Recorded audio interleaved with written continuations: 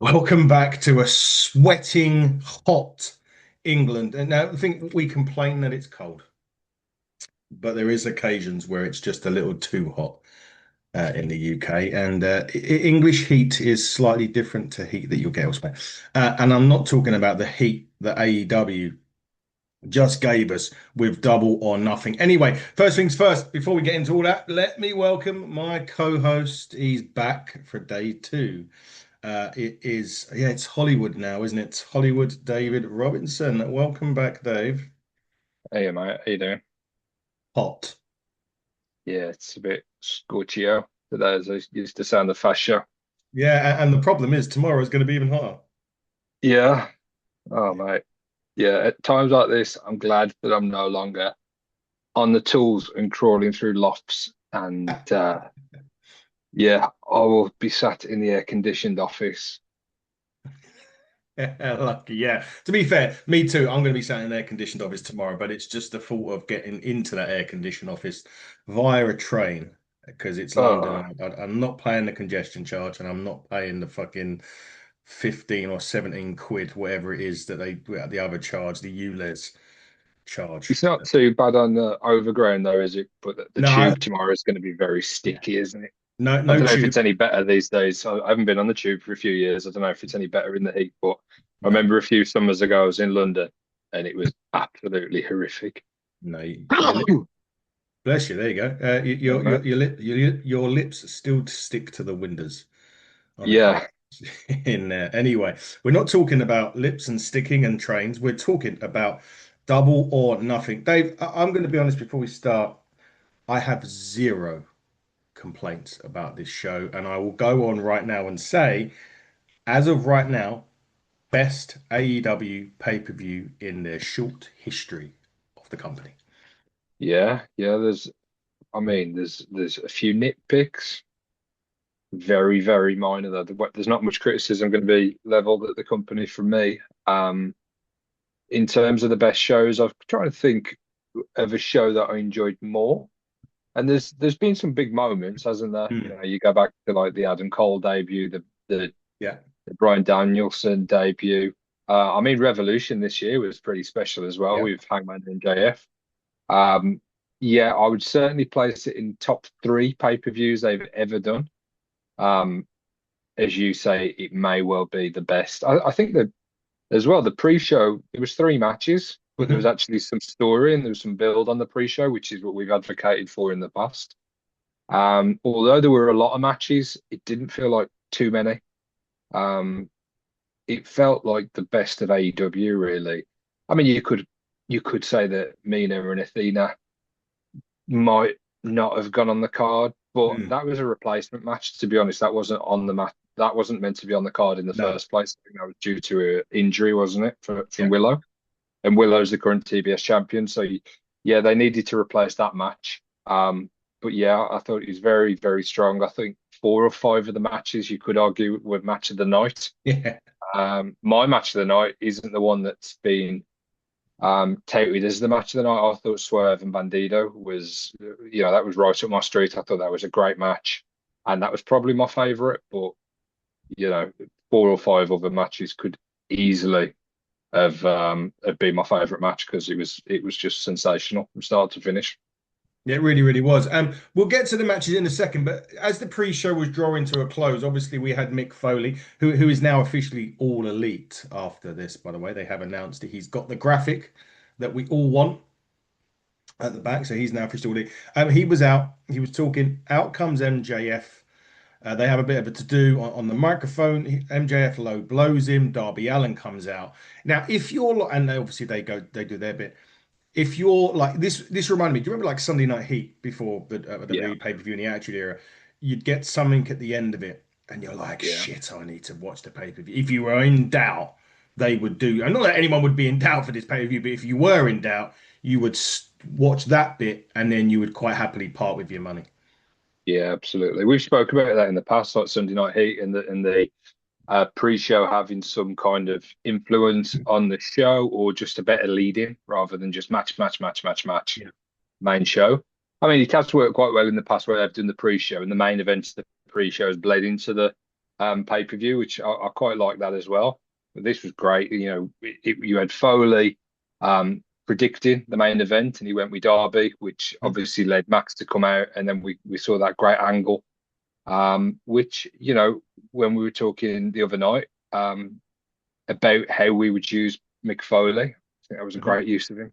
Absolutely great. Got a huge reaction in New York as well, and I'm glad that it's not a one and done. I'm glad that he's going to be under contract and that we'll be seeing more of Foley on pre-shows and who knows, maybe in some storylines and maybe even a match or two down the line. Maybe. And I think that kind of built the anticipation of whether we was going to see Mick in the main event as well. Yeah, Yeah. yeah, certainly was a question mark. I thought, maybe I think it was JJ, was it, that um predicted an appearance of Mr. Sicko. I kind of it was crossing my mind in that main event, maybe Max tried to take the low road and it would be Foley that actually cost Max or stopped Max from defeating Darby and giving Darby an assist, which would lead to Max getting his head shaved. So I think going back, when Darby won the title and we knew that Max was getting this rematch, it's probably gone the way we expected for Max to regain the title because Yeah. I think Max as the champion right now, with the main event scene as it is the right decision for the company. But that's not taking anything away from Darby Allin. I've absolutely loved this title reign. I wouldn't have been disappointed at all if he would have retained. Not too sure if his body would have been able to handle, the schedule that he's been Yeah. on and defending the title. Not just defending the title, but the manner of the matches and the defenses and some of the spots that have happened in those matches. Um, but yeah, I think Max being champion again is the best thing for AW going into the summer. Yeah, we'll get into a bit more of that in a minute. Now, we always say, don't we, every time we go to a show, start the show hot. That's what we say. The main show, that is, start your main show hot. Well, literally started it hot because we had a flaming table spot in this I Quit match for the tag team championships.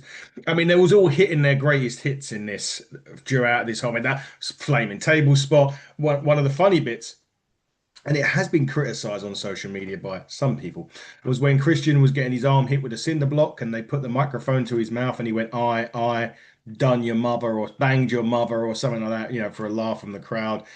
Yeah, He had the pliers in the, and that got a bit of heat for, oh, yeah, it makes the cinder block thing look silly, blah, blah, blah, or whatever. The pliers in the nose, which was a sick bit on there as well. Beth Phoenix come out as well to get involved. We saw literally, man, anything in this match. The flaming table, like I mentioned, and of course we had, is it Spike? Is that what it's called? yeah, And the at the end, bat, the obviously, spiky bat. Yeah, that's it, the spiky bat. And that's eventually the sharpshooter crossface with Spike on Dax got him to quit. But Dave, like, if AEW just done that and then finished the show, you really wouldn't care, would you? no, it was probably the most I've enjoyed Copeland since he's been in AEW. I really, really enjoyed Yeah. this match. I think by far it's the best work between Cope and Cage and FTR. I think it's been their best match. I love that they've won the titles as well. I think that is a real a real positive. I know they're older guys, I know they're ex-WWE guys, but their contribution to AEW, particularly Christian, Yeah. has been, some of his finest work. And I'm really because they are kind of winding down their careers, but there's some real top tag matches that I want to see between Cope and Cage, and some of the teams in AEW before they do call it a day. So I think this really sets us up for the summer. Um, some straight tag matches, but also some like multi-man matches, some 3, 4 team matches, whether that's hardcore or TLC, ladder. I think there's a lot of fun to be had, and I think Cope and Cage being champions, again, is a good move. One that I'm definitely happy with. Um, and yeah, I'm looking forward to seeing where this goes now. Hopefully, we might have a sprinkling of New Day in there as well, or Well, yeah, Day you New. got some teams to come in, yeah, yeah. Whatever they call them, I'm sure. Yeah, whether they'll be repackaged, I'm sure. wherever they call them, I'm sure they're going to stay as a team. So I think they'll be introduced to the tag team division. But then you just the potential matchups, you got the Young Bucks as well, and there's so Yeah. many there's so many things that AEW can do with their tag division. And I think having basically Edge and Christian um as the tag team champions, that's not like I don't know. There's like a different dynamic to the team. Like they're a vintage team. We remember them all from the Attitude Era and their run Yeah. and their matches with the Dudleys and the Hardys. But they've proved that they've still got so much to offer, and I think the tag division is in safe hands with Cope and Cage as the champions. I don't think it'll be a long run in terms of a year or anything. I think Mhm. they'll probably hold on to the titles for a few months over the summer. But I think that's going to make for some fun matches. Yeah, it will be fun. We'll see what happens with Cope and Christian, but big congratulations to that. We went from that, which was a straight up gore fest, crazy stuff, to possibly one of the best pound for pound matches that you may see in AEW. Konosuke Takeshita, Klitschko Okada.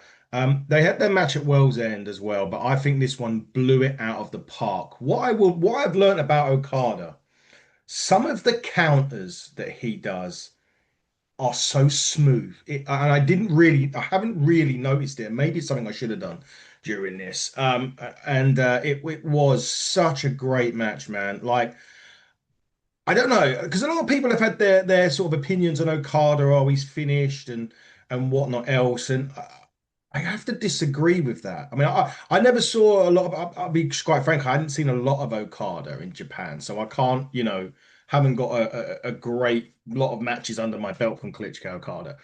I think this one in particular was great. We'll get into what happened afterwards in a second. But Konosuke Takeshita wins the match and wins the championship. But Dave, in terms of like what I also enjoy about wrestling, which is variety, to go from that match to a straight up kind of like technical, hard hitting, more sort of ground, more sort of standing and ground than anything else, just blew me away. Yeah, I think it's a criticism, if you like, that's been leveled at Okada over the years because I was familiar with his matches with Osprey, and those are the matches that I'd watched, but I hadn't seen too much of his work in the G1, or some Yeah, people will say that Okada is the best wrestler of all time. And in AEW, we've seen glimpses of it and we've seen some good matches, and he's always been presented as a top star, and he's usually had a title belt. But seemingly the criticism leveled at him, sometimes he's 3 stars and sometimes he's 5 stars. yeah, He's never bad, but he doesn't consistently. I don't know if it's the mood he's in or whatever, but he doesn't consistently, you know, knock it out the park. But no, at Double or Nothing, he absolutely did. And there's been other matches where he has, but it really did showcase, to your point, just how good, how smooth he is. Some of the character work as well, and some of the humor that he inserts yeah, into moments is very, very entertaining. So you yeah, combine that character work with him being such an incredible professional wrestler in mm, there with Takeshita, who has been one of my favorites since AEW's come along. mm, Takeshita is one of the guys that from the very start when he was having his matches and he was like paying his dues and he yeah, was losing a lot. You looked at Takeshita that this guy is somebody that's going to be special and somebody that's going to be big for AEW in the future of yeah. the company. He's gone on to prove that. And yeah, we'll get to what happened after the match. But I'm really excited for that as well. But in terms of the match itself, absolutely flawless. And as you say, definitely better. I don't think their first match was bad, but this was No. definitely better. Yeah, a million. Yeah, I'm not saying a million times better, but yeah, definitely a lot Yeah, better than that one. But now we got to talk about what happened at the end because there's two bits that kind of happened. There's the main bit, which is Cole Fletcher returned. Now there was a bit of a disagreement, looks like, between Callis and Takeshita.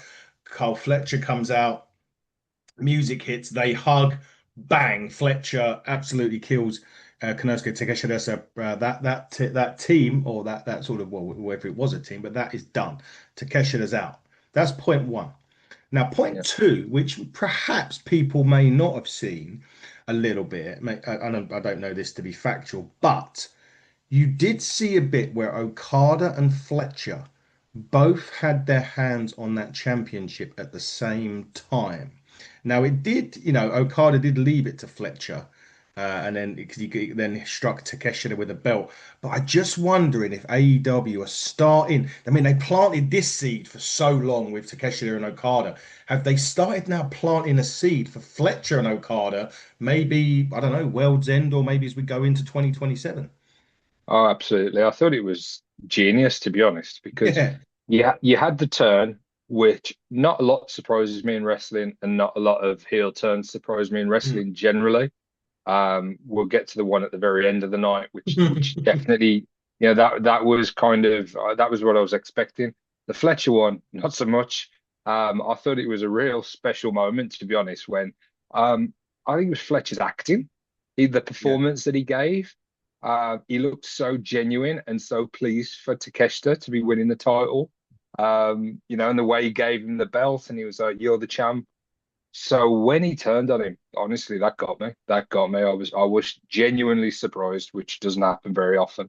But the point about him grabbing the title and Okada going to grab it as well, I think that is a masterstroke because you're going to have this situation now where Fletcher's going to be going against Takeshita, and it's going to be a bit of a blood feud, or they're going to build this up because Fletcher's turned his back on Takeshita. But at the same time, Okada's going to want that title back. So Hmm. Okada's happy that Kyle had sided with him, but then now suddenly both after a title or a person with the title that they both want to compete for. So yeah, I thought it was genius, and I hope it is a bit of a slow burn between Okada and Mm. Fletcher, and I hope there's more some subtleties over the coming months. Um, but yeah, I'm looking forward to whatever way they go. Maybe that ends up being a triple threat match, which will absolutely, that would be amazing. But in the interim, in the short term, I think both Fletcher and Okada are going to be part of the Don Callis family. But from what happened at the end of that match, Guest is gone. He is. Yeah, slow burn would be so good. And hopefully that triple threat match, I mean, All In's not far away, but they do have two. I realize now there's Redemption. I think we spoke about this the other day now. There's two pay-per-views before All In, and that caught me off guard. There is obviously Forbidden Door coming Yeah. up, and then there's apparently there's Redemption in July. So that's a trademarked name that they trademarked a couple of months ago. So will be interesting to see that, and be interesting to see if that is something before Forbidden Door. Because I'll get into something that I read today after the main event. We'll get through that. And there's two things that I've read today, very very interesting that we'll talk about after. Um, right, I'm going to try and pronounce this. Next, we had Athena versus Mina Shirakawa. Perfect. Yes, so everyone now Fluids. now you know I'm watching AEW a load. Now I can start pronouncing these names. This was the match, as you said, that was added to the show because obviously Willow, unfortunately injury, she had to drop their TBS championship. Her and Windsor's match was off, so this was kind of added. I wouldn't say last minute. We kind of knew at the start of the week, but they added this match in. Um, for me, and I kind of when I saw the brackets on this, and given the fact that Athena has been the champion down in Ring of Honor for going on 1,013 days or something, I can't remember the figure off the top of my head. I didn't see there being any other winner out of this. I would say there was during the match, he did take an awkward landing at one spot during the match. And the stomp to Mina looked all rough as hell. I thought she actually broke her nose during that stomp, to be fair. Athena did pick up the victory. I'm just two things on this, Dave. Like, I don't think the victory was ever in doubt, but one wonders because I know Mina's been in there a while. I don't think she's ever had like what I would class as a meaningful victory in AEW yet. No, no. And, seeing Athena on Double or Nothing, she deserves to Mm. be on pay-per-views. And we've, Absolutely. we've wanted that for a long time. So I don't want to criticize it too much. No. But the plan obviously changed and Willow wasn't available anymore and she was pulled from the tournament. And yeah, the women should have at least one Owen Hart tournament Mhm. match on the Mhm. pay-per-view. Yeah. But to your point, it was never in doubt. Mina No. never, we never expected Mina to win. I mean, she was kind of derailed a little bit in terms of Mariah May. Yeah. leaving because she was obviously associated with Mariah. And then she's kind of doing a bit with Tony Storm, and then Tony Storm goes away. So she's kind of like been left in kind of no man's land to a degree, or the creative just hasn't been great. She's been there, but Hmm. we haven't really seen her as like a serious candidate. She's had a few title matches and she's been in the mix. But yeah, I'm not quite sure what it is that's missing. But I think the right winner in Athena. Not sure who she faces next. I think it will be either the wild card or Windsor, isn't it?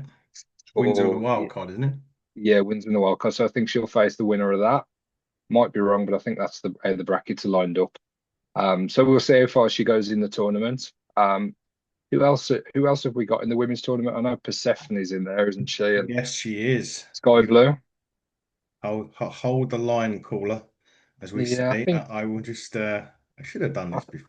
Should have well, I done think now Willow's not in there. Obviously, you got Windsor, and then you've got the potential that that could set up Windsor for a match, even at All In. Um, they'd have to kind of stretch it quite far, wouldn't they? Where are we now? We're No, the winner's starting at Forbidden June. Door, isn't it? The finals at Forbidden Door. Okay, but then will she win? Will she get a title shot though if she wins the tournament? All in, yeah, yeah. That's how they normally do it, right? Yeah, so So sorry to you'd give you a expect it might be Windsor then because of yeah, it being in the UK, perhaps. yeah. I was thinking, what they done their first year when Colin Baker won it, Yeah, yeah, Windsor and Osprey, perhaps. yeah, yeah, yeah. Um, that's kind of giving away the one of the matches that we're talking about. So Persephone's meant to take on Hazuki, but I believe Hazuki's also got an injury now as well. I think I read somewhere. Okay. I'm not sure. That the winner of that takes on the winner from the wild card and Alex Windsor. No, it wasn't Hazuki. Apologies for the injury. I'll get into it in a minute. Athena will take on the winner of Sky Blue and Saray, but Saray was the one that is apparently injured. So I don't know where we stand on that side of the bracket either. Whether Saray is going to be able to face Sky Blue or not. Okay. A little bit Well, of looking, carnage going on in the women's, yeah, isn't it? yeah. I would say then if it's not going to be Windsor, Athena would be that my second pick for winning that whole tournament. Hmm. So yeah, it wasn't a massive surprise to see her pick up the win over Mina, and the match was fine. Yeah. Probably overall, you would have to say the weakest match, but the bar was set so high Yeah. that yeah, there's no shade to be thrown at any wrestler on this card, to be honest. I don't think you like to being the weakest match on this card.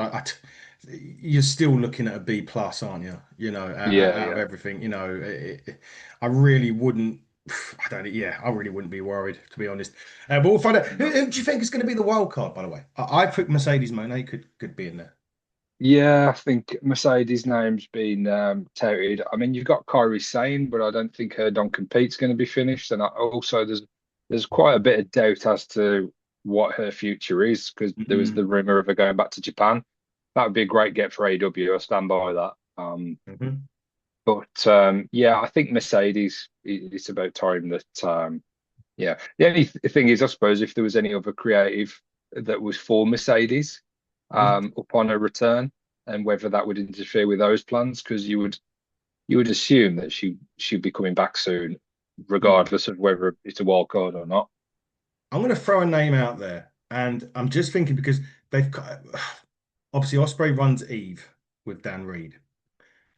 Now, this isn't to say that this is, and I can't remember if they've dropped hints for someone coming in, returning to Eve, and I want to say it's the June show in a couple of weeks, but don't quote me because I may be wrong. So this may just be instantly wrong.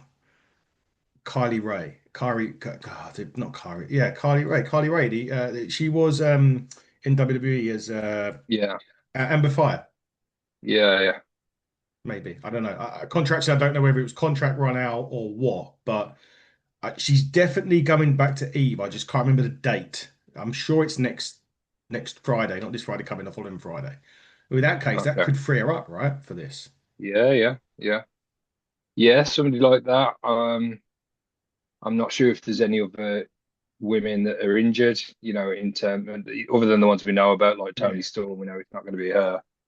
Someone we haven't seen for a while. I saw a bit of Ring of Honor this morning. I think Queen Aminata was on there. I think Yes. she she was looking very promising on the main roster. I don't know if she picked up an injury or why she disappeared from the main roster.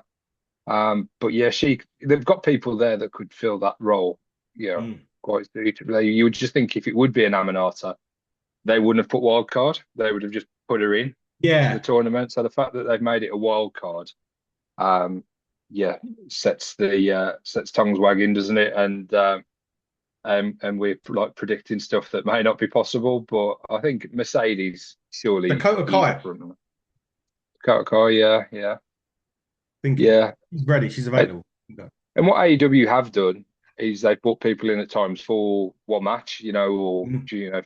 so it doesn't necessarily mean that somebody's going to be under contract. So they've got an opportunity to do something fun with it.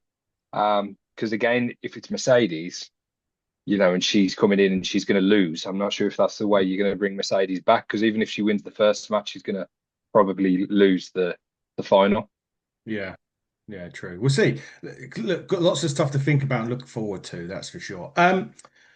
This was my sleeper pick for match of the night, and I'm telling you now, Moxley and O'Reilly, mate. John Moxley's had his critics, right? Me included. I've sat here. We've had conversations about the Death Riders, it Yeah. getting rusty. We didn't really want the Death Riders.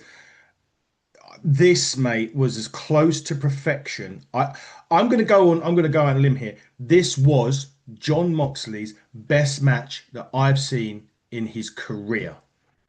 Okay. I actually think that John Moxley in 2026 is doing some of the best work of his career. Oh, And absolutely. for you to be calling that his best match, definitely up there. Definitely up there.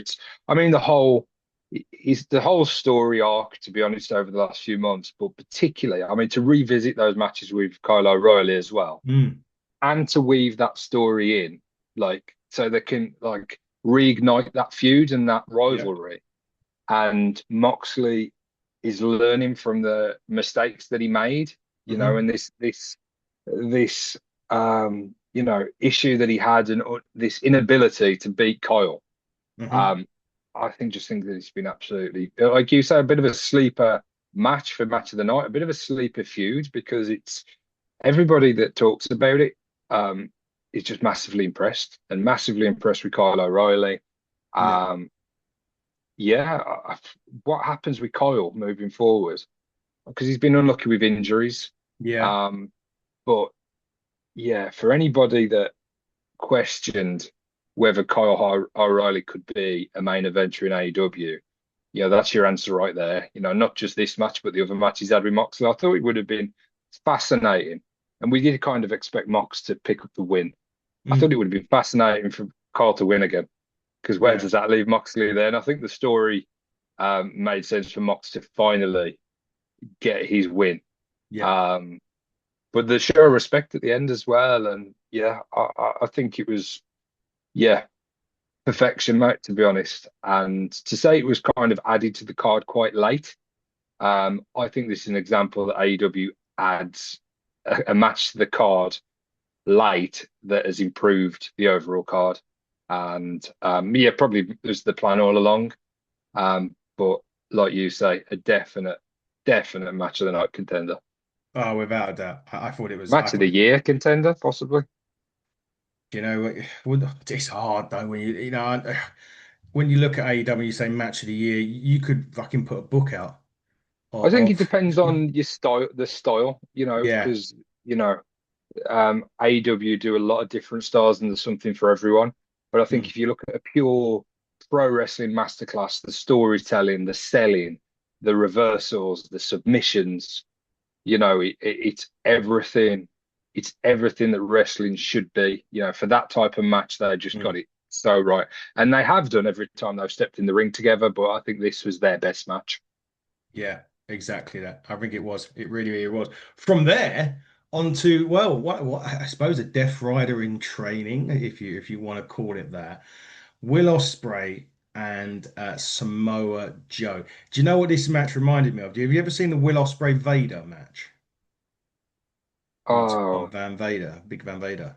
I think I saw clips on YouTube. It's going back some time, isn't it? But yeah, I Yeah. think yeah, I think I remember that. This is I think this was like AEW's version of Will. I mean, I can't believe this is the first time they ever wrestled to get against each other. That is throwing me off big time. I love the nope when Osprey hit the ropes. Yeah, That joke's like, nah, fuck off. I for thought the that was Oscutter. yeah, I thought that was tremendous because he does it. It's like they say the RKO out of nowhere. It's like the Yeah, nope out of nowhere now, and I, yeah. I just thought that was absolutely tremendous. You knew this match was going to be great. The Styles clash, or that whole spot that we hit him with the Styles clash was unbelievable. I mean, I don't want to quote unquote, but phenomenal could have been used there. I thought it was unbelievable. Three hidden blades. Now I had this when I was talking to last week with Mike, and I said like I don't mind people hitting their finishers more than once. Like, and I revert back to the Undertaker Kane, the first ever meeting when he had to hit Kane with three tombstones, and I'm like, I understood it. Kane was a monster. One was never going to be enough. The criticism I had of Darby Allin's title run was he used like four to beat Mike Bailey or someone like that, and I was just like, he didn't need to. He shouldn't have needed to. Osprey Yeah. needing to hit three hidden blades in this, he absolutely needed it. And the bow at the end, and that bit when Joe showed his appreciation, maybe Joe's best match in AEW as well, perhaps. Up there, definitely. See, I was trying to decide whether I wanted Will to win via submission, but then when you're up against Samoa Joe, I think Yeah, perhaps the Hidden Blades were the better finish. But yeah, some of the reversals in this, how he nipped out of the Muscle Buster off Joe's back, yeah, that was just sensational. And yeah, obviously with Osprey, you just come to expect it, and it's like yeah, you just take it for granted. Um, but some of the exchanges in this match was phenomenal. And Joe, at this stage in his career, he's still hanging with, the best. Ospreys and the Swerves and the MJFs. And, he hasn't lost a step. He's still the same Samoa Joe, doing some of the best work of his career. And I'm so glad that he got this run in AEW and some of the stuff that we've seen. Obviously, he's a two-time AEW world champion as well. Yeah, Um, but these dream matches that are still available, that again, you would have expected that they'd have crossed paths at some point, but they haven't. And there's others as well. I don't think Copeland named Joe actually as somebody mhm, that he's never faced and they've never crossed yeah, paths. And I know they're doing very different things in the company at the minute, but my point is there's a lot of matches in AEW, for Samoa Joe. And as you've seen it, if you saw it Double or Nothing, he'll go out there and he'll still have match of the night. And yeah, we're going to keep saying match of the night, I think. for But the this rest of the was show. Yeah, it was a night of match of the nights, as we've said, and this I'm sure for many people would have been the favourite match of the show. Because as you said, they're like the little nod of respect at the end as well, and it was like Joe was furious with Will for not kind of siding with the ops and for going with the yeah, Death Riders, but after a battle like that, for him to kind of say, "Okay, I understand," and you were the better man tonight. I thought that was a great touch as well. So yeah, I think everybody is expecting Will to win that whole tournament and would be astonished if he doesn't. Um, but what a way to kick it off with this match against Samoa Joe. yeah, brilliant, brilliant, brilliant match. But then, how do you follow that? Well, you swerve and bandita. That's how Mhm. you follow it, right? Now Yeah, there was obviously they've done this promo recently when it kind of like Swerve was the sheriff and he was kicking everyone out of the saloon, and that was indicating that he was after Bandito because he picked up the wanted thing, and we're on the races to that. Now that may have Ring of Honor implications as well, obviously down the line. Um, yeah, this was, mate, how on earth did he reverse that 21 plex into the vertebrae? yeah, yeah. I mean, there was the pop-up spot as well onto Bandido's shoulders, and then he did the house call while he was Yeah. standing on top of his shoulders. Um, this was this I think Bandido, like particularly last year. I mean, the year that he had in 2025 Yeah. was phenomenal, and we saw him tagging with Brody as well and doing a Hmm. lot of good things. He's had some injury issues, but you put him out there with a Swerve, with an Osprey, with a Kenny, with an MJF, there's Mike Bailey, Kevin Knight. There's so many people that Bandido is going to have these kind of matches with on the main roster. But he's still, as you say, in terms of Ring of Honor, he's held that title for well over a year now. Hmm. Um, and every time he goes out there, whether it's Ring of Honor, whether it's AEW, he's having these kind of matches. He's such a talented performer, and I think the chemistry between him and Swerve was fantastic. And again, this was my personal favorite. Again, there could be other matches that were better on paper, or you could scrutinize and say no, this was a better match because of this. For my personal taste and what I like, this was it. This was, Swerve Bandido. I could have watched another era of that. You know what's funny, and do you know when you said about the you stand on Banchiro's shoulders and hit him with the house call? I was Yeah, thinking about the stomp into the RKO at WrestleMania. That was yeah, kind of yeah. that moment, and oh man. Anyway, There's the Swerve. creativity, and Yeah. what I love about Swerve is that you constantly find ways of doing things that nobody else has done before. Well, I don't recall seeing. Mm. So many firsts, so many things that he does that you just haven't seen before or don't see anybody else do. And although I do believe Osprey is going to win this tournament, I think Swerve is going to be right up there at the end as well. And I think that probably, I don't know how the brackets line up, but if that could be the final, Swerve against Will, you know, that'll be another sensational match. With Swerve, and I know we could argue that there's probably plenty of names, but with Swerve, do you think he could be the one that got away for the WWE? I think he's the one that got away. Yeah, I think so. He is he is main event, top of the card. You can put him in there with anybody, and Hmm. he's going to steal the show. And I think over the years, Tony Khan has learnt to really trust Swerve, and he knows that he can put him out there, and he's going to have match of the night, or he's going to have these type of performances. You go back to the Hangman stuff, you go back to the Danielson stuff, Hmm. at All In. I think Swerve has made himself one of Tony Khan's guys, and I think that he'll definitely have the world title again um, before long. I mean, I know right at the minute with him being a heel, he probably wouldn't be the one going after MJF Mm. immediately. Yeah.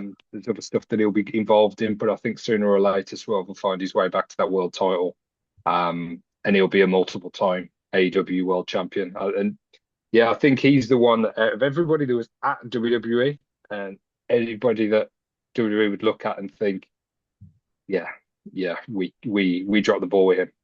Mm. Yeah, But I think so. he might argue that, he was at that time he wasn't as ready or he hadn't put the work in that he's doing now, as a performer. I don't know, maybe there's an argument that he didn't get the right opportunities, but he's kind of like he's made it he's become undeniable, in terms of he's forced Tony Khan's hand. You could not, you know, you can't deny that he should be in the main event scene and world champion and in this position in the company where he's one of the top guys. He's just forced the issue. Yeah, he has, and very well done to him for that as well. By the way, it's lovely when it's great when they leave somewhere and and they go back and they go somewhere else and they do kind of what maybe what they wanted, what they expect of themselves. Like Swerve always betted on himself, and like to Yeah. see him go to AW and do that is tremendous. Women's Fatal Four Way was next. This was Thekla, Shida, Hayter, and Statlander. To me, Dave, before this match even started, I'm like, Thekla's walking out of here champion. That there was no one was going to convince me otherwise. The only potential thing I maybe could have had was Shida at a push because she would turn on Statlander. Well, she did, but Thekla still walked out the champion, which, Thekla at the moment, I'll be honest with you, Dave, I think she's on another level compared to the Yeah. majority of this roster. And it's going to take somebody like a Mercedes Moné And I think Mercedes may be the only one that could stop her. Yeah, I think Tekla will be a huge babyface at some point. Yeah. I think probably the Sisters of Sin will turn on her, and then we'll get a face run, and then maybe Mm. we get that Mercedes match down the line. I think she's so charismatic. She's such a good performer, and I was really glad that she came out with a title. I thought they Yeah. might have done some with Statlander as it was in New York, you Yeah. know, but I absolutely think this was the right choice to keep the title on her. I'd have liked a better build for the women's title match, Mhm. essentially, in the women's division. I think they have lost a bit of momentum, and there's been some injuries in there as Yeah. well. And obviously, Tony Storm and Mercedes are a Big huge losses. loss. Mm. But I think Tekla is champion. She's kind of, you know, there's absolutely no criticism of the work she's doing. I just Yeah. want to see some better stories in terms of the challenges and the feuds that she gets into. But in terms of the outcome of the match was fine. You know, it did its job. But I was just glad with the outcome and that she's retained. And yeah, again, she's going out into like a busy period now for the company. And you say there's an extra pay-per-view in the mix as Mm. well. Not only have you got All In and All Out and Forbidden Door, but you're going to have Redemption as well in Yeah. there. So I think Tekla's the right woman to be holding that women's title. Yeah, I think so. I can't see anyone stopping her in the near future anyway. From there, the Stadium Stampede. Jesus. I mean, this, well, it's literally a bus crash, literally, right? Yeah, In this, because Jack Perry nearly run, literally. I can't remember what was on the message with the knife. He said something, asshole, and then the bus stand comes there, in. asshole. Yeah, That's it. Tony Schiavone thought Mark Davis was dead. Like he said a couple of times, he was in there. Um, yeah, a spot fest, a crazy party match. Yeah, Some, again, this type of thing isn't for everyone, but it is for me. I think AW do it so well. yeah, I love the little surprise moments. I love Luchasaurus in the wig. I yeah, think one of the commentators did say, I think it was Excalibur, reminded him of Gremlins, which made me laugh because there's that scene with the yeah, female gremlin with the blonde hair. Um, the little callback with Leo Rush and Lashley as well. yeah, yeah, I enjoyed that little moment as well. Little Easter egg for like long-term fans that remember when Leo came in to WWE and he was yeah, Lashley's hype man, wasn't he?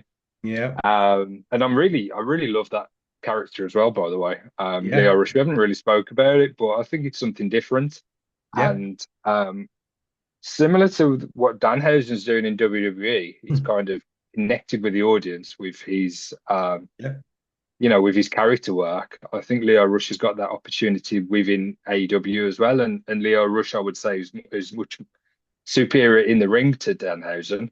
yeah. So yeah, to see him pop up in that match was a cool little moment as well. But yeah, Satnam as well.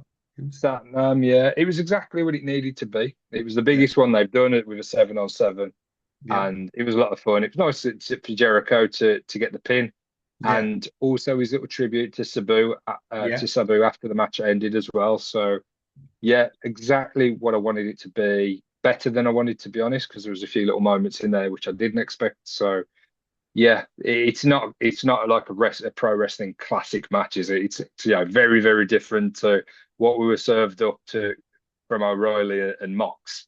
Um, yeah. but that's what AW does so well. There's different styles, different types of matches. There's something for everyone, and it was its usual craziness, and I enjoyed every second. Yeah, it was crazy. I got seven super kicks in one, didn't we? At one point, I mean, every one of them got it. Was Clark Connors got one on his head when he didn't see it with the trash can. We had tennis balls in there as well. We had just Yeah, absolute bonkers, but it was great. And you know what? You need that. Shelton Benjamin, by the way, hasn't lost a step. no, He That's that stuff over the top rope. He was doing. Kenny Omega looked great in this as well. yeah, Kenny, yeah, he looked really fast, didn't he? He looked like he Yeah, old Kenny, sharp. Yeah, sharp. I love as well when people like Lashley and Shelton are kind of pushed into this type of match because it's Out of their comfort zone. out of their comfort zone or not, well, not where you'd expect them to be on the card. They're Yeah, quite a serious act and they're killers. So to yeah, get them in this kind of party match, and working so well with like the Bucks and Jericho, and yeah, I thought it was great, mate. And I would advocate for something like this more than extra 2 or 3 matches on the pre-show, because Mm, there is an element of there's 14 guys in this match, so it yeah, gets a lot of people on the card, plus yeah. the surprise appearances as well. Mm, But I think it works really, really well. Now, I'm not saying you have this type of match on every pay-per-view, no. but it's made itself a feature of Double or Nothing, a tradition of Double or Nothing. So yeah, I don't think it will be going anywhere, and I think they'll do another one same time next year, and I'll be looking forward to it, whoever's in it. Yeah, me too. We forgot the cameo from Luther as well. Yeah, yeah. He was, oh, Jesus, it was so much. But more importantly, Jericho didn't get the pin on Ricochet. No, he didn't. They did a little switch, didn't they, with Bishop Khan? Mm. So Which I'll that will carry on. continue that rivalry, which Mm. again I'm okay with. I mean, Jericho, I don't think he's really done much wrong. Nope. Since his return, I haven't really heard too much criticism from him. He's kind of like been part of the roster, and every time he's been out there, I think he's done a good job. And yeah, I still think similar to Foley and some of the others, they add so much to the company. I'm glad that Jericho stuck around. I'm glad he didn't go back to WWE, because I thought this type of usage of Jericho is absolutely perfect. And I don't think if he would have gone to WWE, yeah, I question how well he would have been utilised, particularly with his long-standing rivalry with Triple H. I'm just not sure he would have got his flowers, or he would have got the respect that he deserves given the career that he's had. So I'd much rather see him in AEW involved with these kind of matches. Yeah, me too. Me too. Two good entrances as well, by the way. I must say. Yeah, yeah. Yes, that was great. Right, main event time, guys. Darby Allin, MJF. Another little nod to MJF with his gear. I think you'll find they may have had a little nod to. I think it's one of the Japanese ladies that passed away. Okay. Yeah. Anyway, it was great. I mean, geez, we've had the whole card has been crazily good. This match itself was just absolutely incredible, and there's more stuff to happen at the end, which we'll get into in a second. But we were right. I mean, Darby Allin, I mean, he had a load of rough landings in this one. He did lock in the Scorpion Death Lock on MJF, but this time the exhaustion got the better of him, which is really where we thought this was going, that he just ran out of gas and run out of steam, so to speak. I think there was so much. There was like the head first into the steel, like the package power driver into the steel steps. MJF pulls a cameraman in front to get the cameraman off. Then there was a Yeah. bang. There was the Darby Allin with the crazy leap off the stage, giving a little nod to Mick Foley with the bang bang in there, and then of course the Avalanche Tombstone followed by that damn headlock takeover, and the Devil rides supreme one more time. We'll get into what happened afterwards, but Dave, the match itself was just fantastic, and it was literally as we predicted with Darby Allin. Yeah, yeah, yeah. What a main event, Yeah, what a way. And to cap off a card, of so many great matches, but still arguably, the match that everyone is going to be talking about post show because of what happened at the end, because of the run, because of the headlock takeover again. yeah, I think they used that spot as well in the Sammy Guevara match where Darby kind of collapsed yeah, doing the Scorpion. yeah. Um, just great storytelling, consistent storytelling. Um, probably the right outcome. Although, again, I wasn't convinced. There was enough doubt that Darby could have picked up the victory and Oh Max would have yeah, got his head shaved, and they had the trimmers. it's You know, ready. yeah, they had that ready. So they just set that up perfectly. The attention to detail. There wasn't any interference in the match, which is what I No, advocated for when we spoke about the yeah, match the other day. yeah. Um, as much as I don't mind what happened afterwards, Mhm. because that can set stuff up, Yeah, but I don't like really screwy finishes, particularly when it's your world title. yeah. So 'cause I think it kind of I think there was a time in Max's career, MJF, and that's the way he would have won. Yeah. But I think now that would actually cheapen it, and he doesn't need that. He's a scumbag, and he'll take the low road, and he'll cheat at times. Um, but I was glad that they didn't, and he did kind of win clean, if you like. Yeah. Hmm. Um, so yeah, I love the match. I think it was probably the right outcome, but I've absolutely loved Derby. Like I said at the start of the podcast, I've absolutely loved Derby's title reign.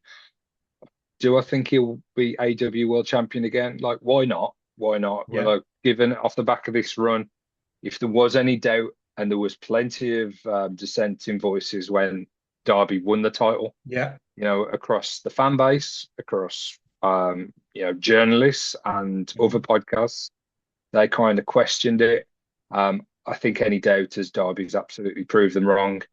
Yeah. And yeah, I would be quite happy for him to have another title run at some point. But I just think right now, Max is doing the best work of his career. He's 30 years old. He's the man that you strap the rocket to, and he makes everybody, everybody that he comes into contact with, he makes them more interesting. Even people that are really interesting, like your Yeah. Darby Allens, Yeah. Max adds another dimension to the stories, to the matches, and he arrogantly says, and he's never. My brother was said that he saw him on the Ariel Helwani podcast, which I did Yeah. watch, and my brother said he's the best heel in wrestling. I went, yeah, because he never turns off, he's never off, he's always in character, he's Yeah. always on. But his in-ring work, his work on the microphone, his character work, his reactions, his attention to detail. I think he is the guy that you want as the AW World Champion, and he's the guy that you want the faces to be chasing. So Yeah. right decision, right outcome, awesome match, and perhaps what we saw after it has answered the question as to what's next for Derby. Yeah, exactly that. Now, what happens at the end of the match is Darby's getting put on a stretcher. MJF does, of course, he sort of raises the title above his head as well, while he's put his foot on the stretcher. Kevin Knight runs out. Uh, MJF runs away. The stretcher's there. And he's on the top rope at this point. Kevin Knight is obviously staring a hole for MJF and then hits the UFO splash on Darby Allin.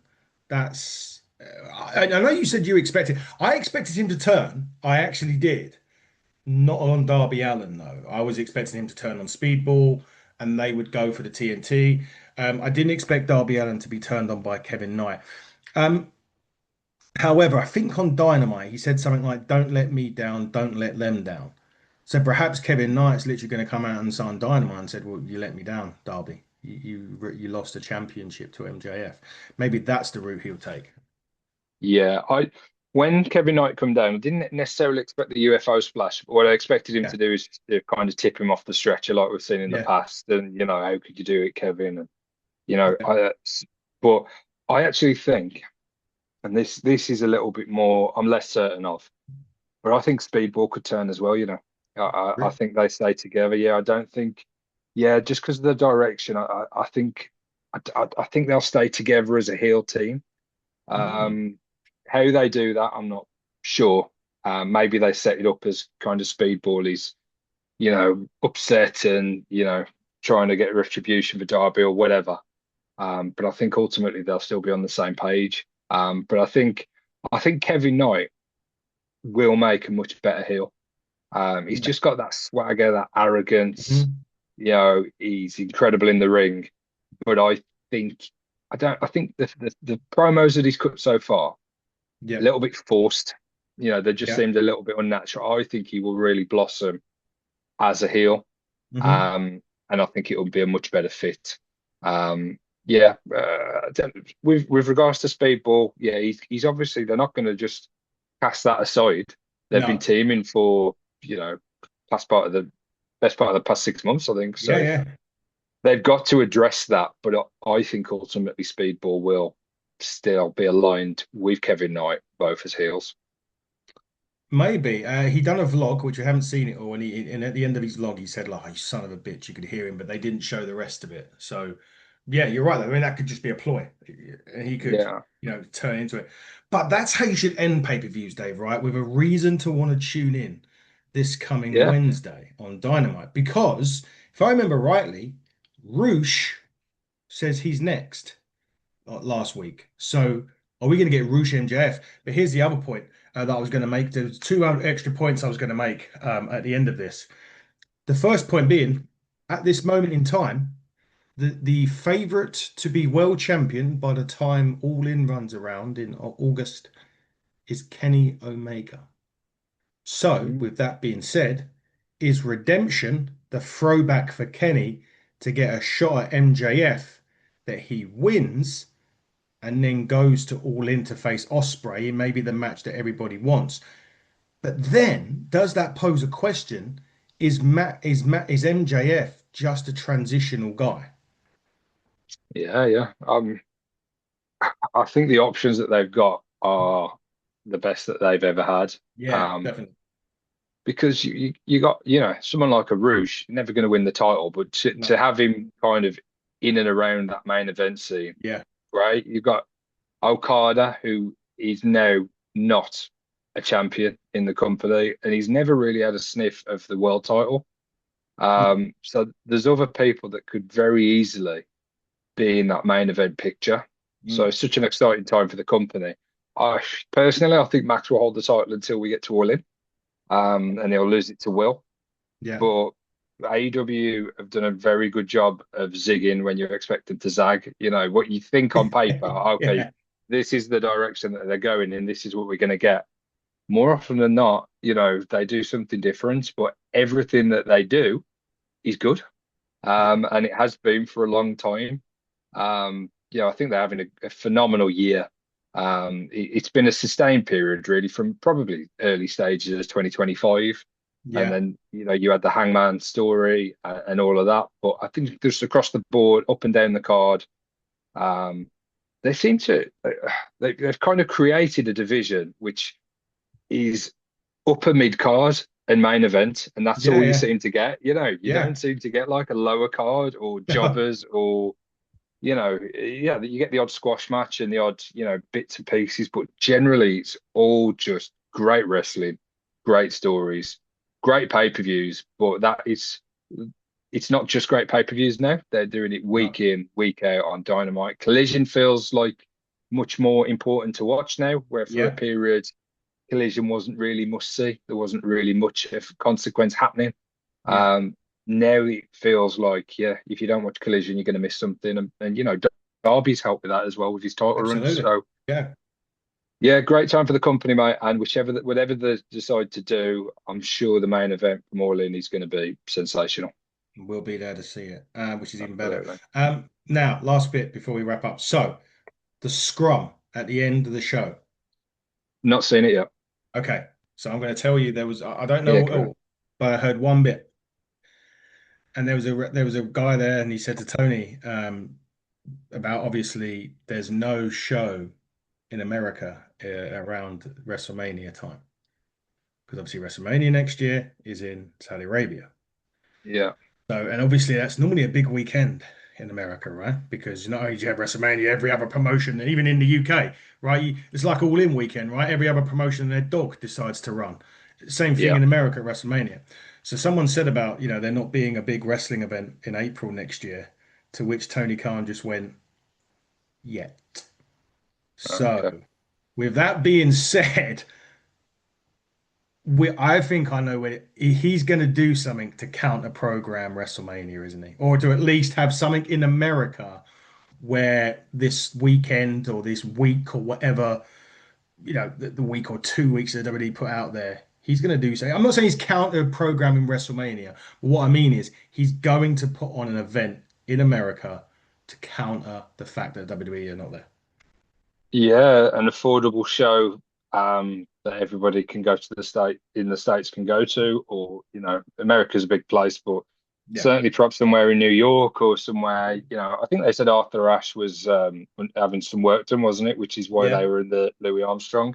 Still, Um, still loved it though. That was great, that arena, that place. great arena for wrestling, just a Mm. perfect yeah, the perfect venue. The crowd were like that as well from the pre-show Yeah, yeah, all hot the as way hell. through. Yeah, the crowd were amazing. So yeah, I think as a businessman, it would make a lot of sense to do that. Big time. And I think there'll be a lot of wrestling fans that would welcome that with open arms because I mean a lot of anyone that's going to watch WrestleMania is still going to watch WrestleMania. Yeah, of Um, course. but they're gonna. I don't know what the time zone is in Saudi Arabia, but there might even be a possibility where they could go to the AW show and still watch a Saudi Arabia show live. They can So because the Saudi show will be at something like 2 p.m. Eastern. yeah, so That's very WrestleMania would be possible. like potentially the WrestleMania would be the warm up to AEW's Fuck, don't say show, that. which that Jesus. yeah, but yeah, I'm sure. I think that's been spoke of before, so it was interesting that he got asked about it at the presser. Yeah, Um, but yeah, wouldn't surprise me at all. And again, good for wrestling fans, good for the absolutely. performers, good for the industry. Good for the So industry. Well, that's it. It's good for the industry. yeah, That's yeah, the point, right? Because WWE, when they come over, when they do that WrestleMania thing, it's a massive thing for everybody in America. It's yeah, huge. But yeah, just, yeah, but I'm glad if he does, and I really hope that he does do something because that will be because a lot of money gets over there in America at that time. So I think it's needed. So I'll be glad to see if it does. That's for sure. yeah, yeah. Same. Well, we'll I see. agree. We've got a lot to unpack this week on Dynamite. This coming Wednesday. We'll be reviewing it on Thursday. Don't miss that. Coming up this week, my interview drops with former WWE star Cora Jade, TNA Knockout now Elena Black. That'll be out on Thursday. The Turnbuckle Arms is already out. We're gonna have the top 10 Raw matches this week. And we may have a big announcement I need to discuss with David as we finish this show. So yeah, keep it locked. All the links are beneath me. So just follow us on all those. Thank you to the million and so people that have viewed us on Facebook over the last month. 28-day rolling, 1.1 million now have viewed our shit. So thank you for that. We appreciate everything you are doing for us. But Dave, it is AEW. Now I know I gave you it last night, but I would be wrong for you not to be on this show for AEW and not give us the signature sign off. Yeah, time to bid you adieu. Goodbye. Mwah. Good night. Bang. Daily, everybody.